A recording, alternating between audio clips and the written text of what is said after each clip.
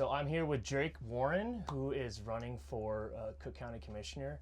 And we're in the back of the bus coming to you live. And just wanted to give Drake the opportunity to introduce himself. As I've been traveling across the state, one of my favorite things has been meeting local candidates that are trying to reform the Democratic Party, make it work for all of us. And I'm really excited that Drake is running in my district and that I will be able to vote for him. And so with that, Drake, want to tell everyone about yourself? Thank you. I'm Drake Warren. I'm running to be Kevin's Cook County Commissioner, as well as yours if you live anywhere from Lakeview up through Edgewater or Edgewater west to O'Hare. The Cook County Board is kind of like City Council, but for all of Cook County. So Cook County Commissioners are stewards of a $10 billion budget that serves 5.2 million people. Cook County runs a huge public health care system. 500,000 patients depend on it. It runs its own Medicaid plan called County Care. A huge part of why I'm running is in Cook County, we have a bigger GDP than the nation of Norway. So we can think a lot bigger about how we take care of each other.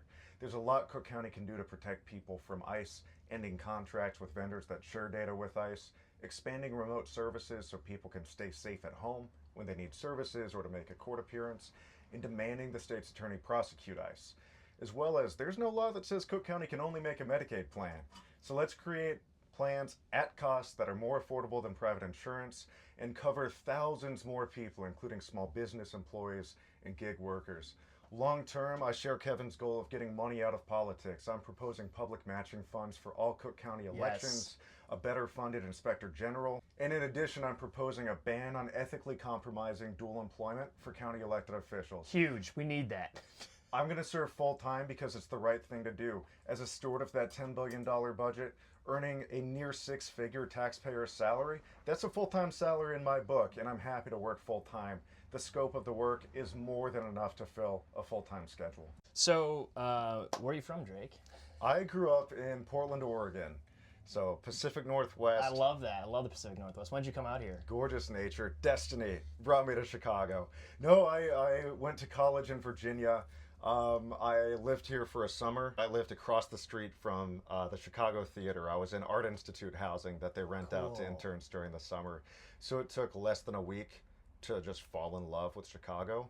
And it was one of the only times in my life where it was like, when I knew I wanted to live here forever. Chicago is the best city in the world. And I've lived in 40 plus countries. And yeah, there's no place like Chicago. So you mentioned ethical restraints on, or ethical rules on dual employment. Can you explain what that means specifically for Cook County? Absolutely. We're, first of all, dealing with a brutal political legacy all across Chicago. We got the nickname Crook County for a reason. And this policy proposal is personal because I'm challenging somebody whose dual employment I view as ethically compromising. Oh, let's talk about that. I'm challenging somebody who's an executive at Aon, a commercial insurance company that has contracts with Cook County, contracts the incumbent voted to expand in 2023. Because the Cook County Board pays a full-time salary, I don't see a need for any dual employment. But no county elected official should be simultaneously working for a company that does business with Cook County. Yeah, that makes a lot of sense. So, who is your... Who is the? I don't even know who the county commissioner is, to be honest. Which, after 16 years in office, I think tells you all you need to know. Sure. Yeah. Right. So I'm challenging Bridget Gaynor. Okay. Now the name recognized. Okay. So appointed back in 2009 to fill the vacancy left by Mike Quigley when he won his special election for Congress. Chosen by about a dozen Daily Era committee people. Faced no primary challenge 2010. Not in 2014. Faced a fairly unserious challenge in 2018, all due respect to anybody who makes the choice to run. And 2022 is back to facing no challenge. So this is the first time in about 2 decades District 10 has had a true choice in who serves them. And in a district that goes like 75% Democratic, the primary really is the general. Totally. That's when the choice is made. I think this is a great example of how our democracy in Illinois and Cook County specifically doesn't really function properly, right? So you get appointed by committee people when there's a vacancy, and then as soon as you're in, then you don't face challenges. You don't face primary challenges because it's so hard to beat an incumbent, and a lot of that has to do with money. Can you explain the contribution or the campaign finance system behind the Cook County races or the local races as opposed to so I'm at the federal race, right? So individuals can only donate a maximum of $3,500. PACs can donate $5,000. Or you can have a super PAC like the one backing Juliana Stratton, and you can just write a $5 million check. But what does campaign finance look like at the Cook County Commissioner level?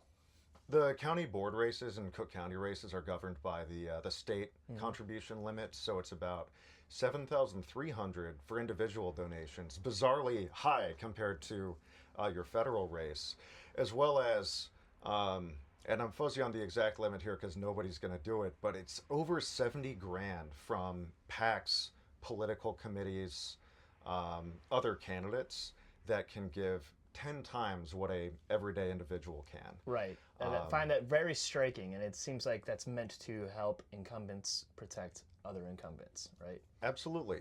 And like you said with the appointment process, we have this system where a vacancy is filled, there's a preordained successor who can then raise $500,000 as a big wall saying F off to anybody who might otherwise challenge them.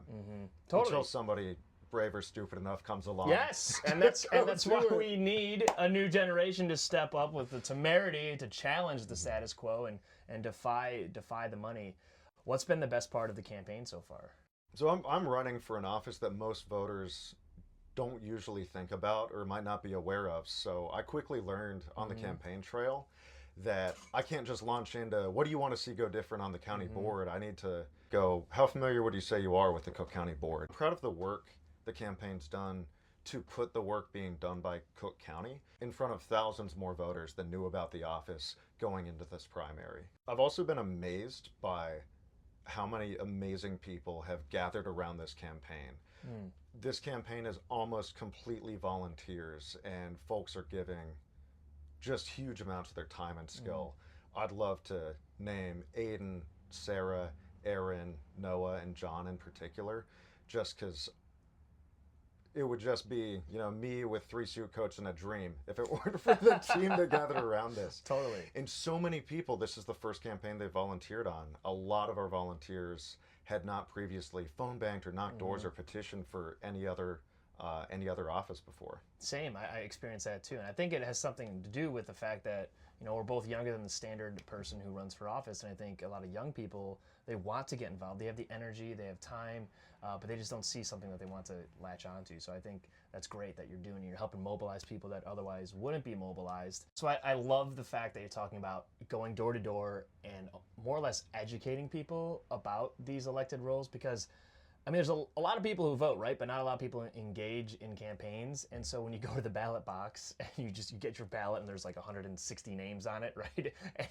And if you haven't done your research beforehand, you're kind of lost. And that's why they go for the name recognition is the strategy.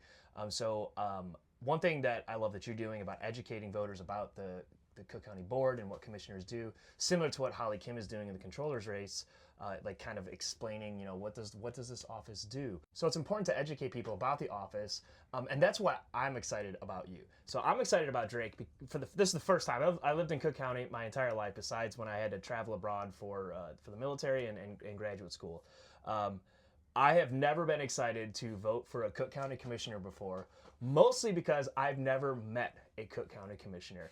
And I met Drake just in my neighborhood as he was knocking on doors, and that's amazing. That's how it should be. Like, my first interaction of Drake, my first time seeing him, was in person as he's out there in the trenches, knocking on doors, shaking hands, meeting people. And that's what I've been trying to do in my race, and that's why I really respect that, because that is what campaigning is supposed to be about. It's not about spending all your time inside on the phone with wealthy donors to fund TV ads. Like, your first interaction shouldn't just be a television ad. It should be meeting people out there in person. So I really respect that from you, and that's why I'm excited, because I see someone who wants to enact reform at the Cook County level, someone who openly talks about Crook County. I love that. Like, we need to call out the failures of our own party, of our own government, and we need to reform it to make it work better.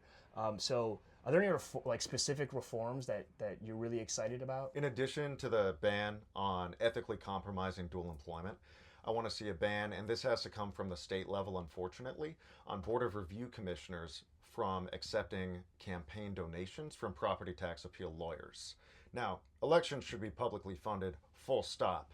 In the meantime, as I hope you get to amend the Constitution to enshrine that in law, on the way there, people who make their living by doing property tax appeals should not be the campaign donors of people who hear the requests for assessments to be lowered.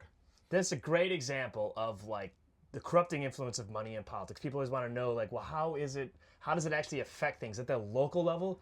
That is one of the greatest examples. And unfortunately, Illinois political history is rife with examples. I mean, look at the former Speaker of the House who engaging in these corrupt practices to maintain power, to stay in power, to maintain incumbency.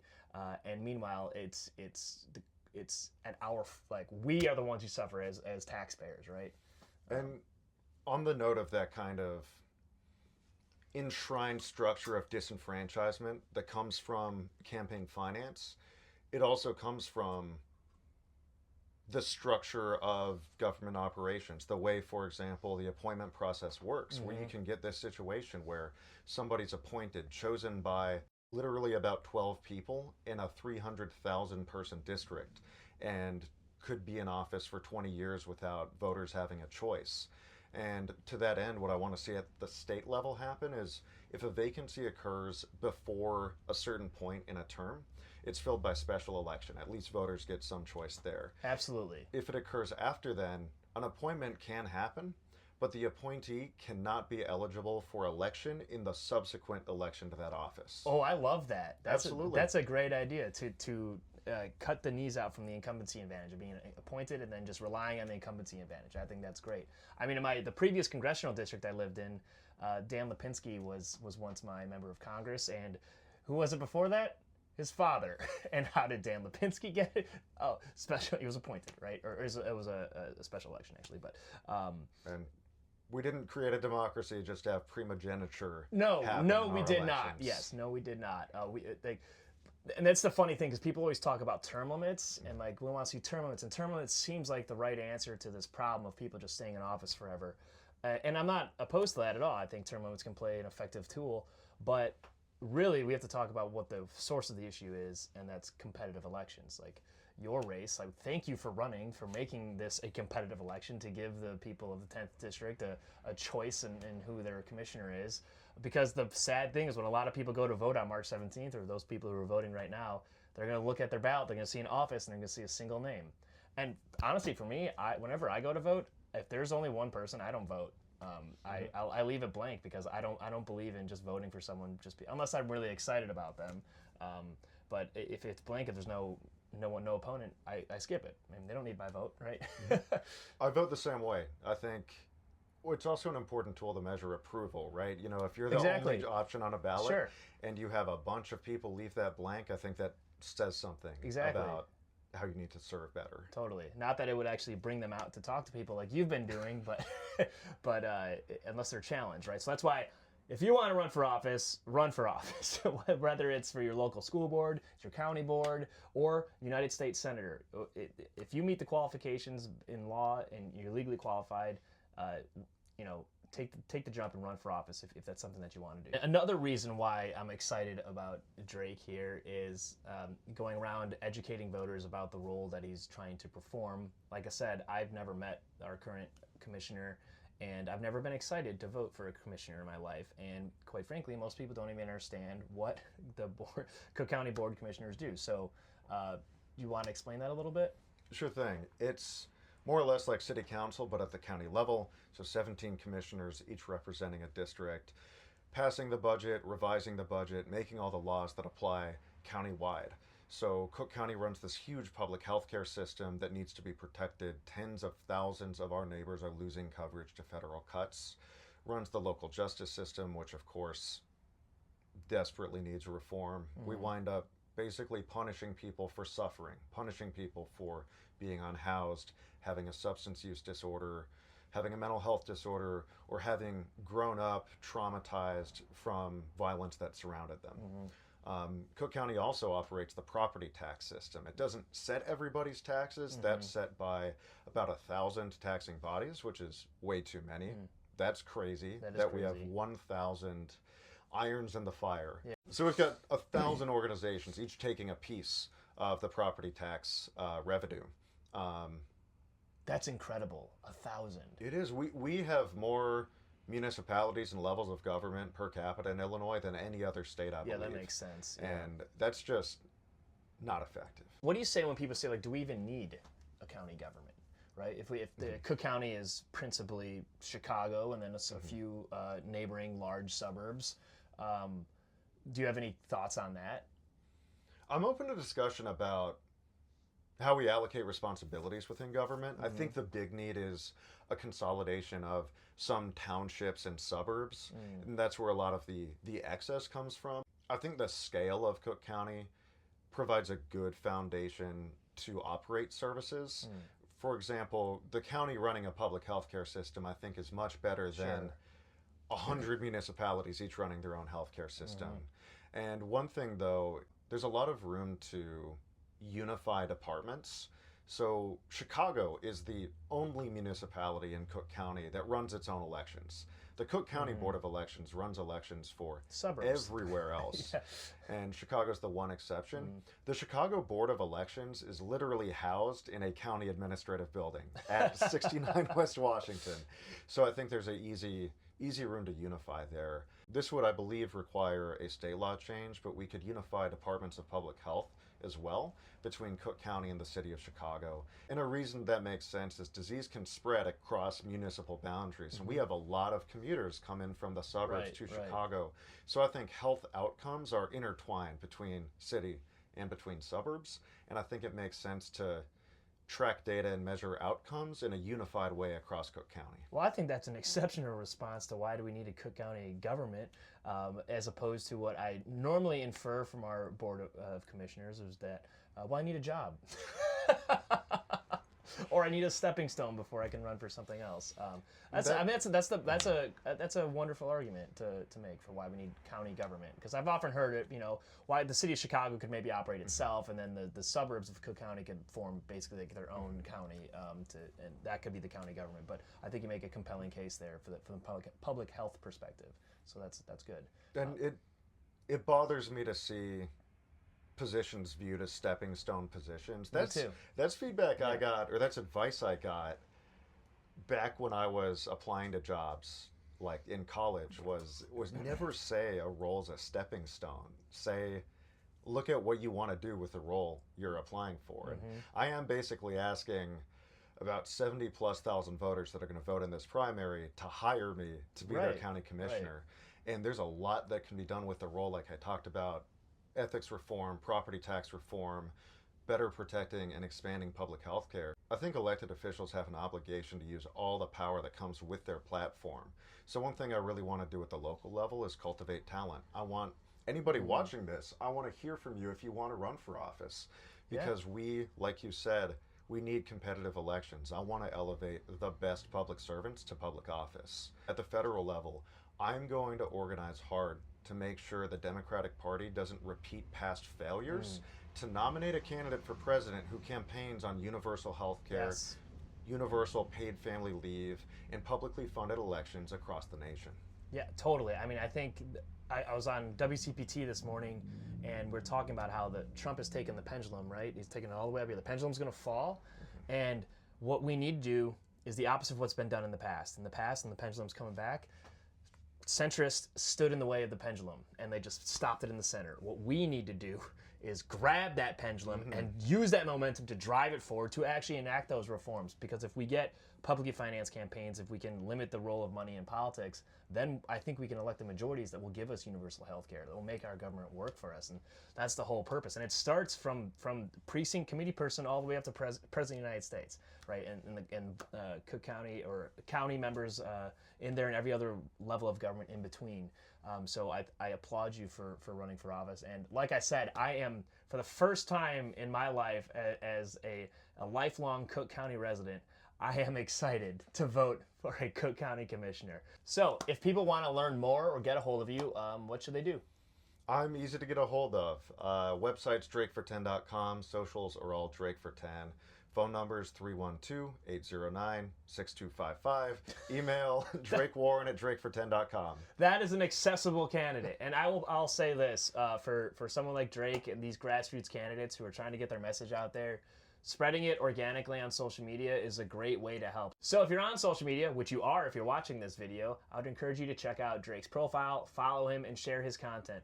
This is our slingshot in the David versus Goliath political matchups. Social media. It is free advertising. I've been able to reach 12 million accounts without spending $1 on advertising. That's because people like you spread the message organically. So if you're politically motivated, if you want to make a difference, if you want to do your part, you don't even have to leave your house. All you have to do is like, follow, and share Drake's content. Drake, it was great having you today. Thanks so much.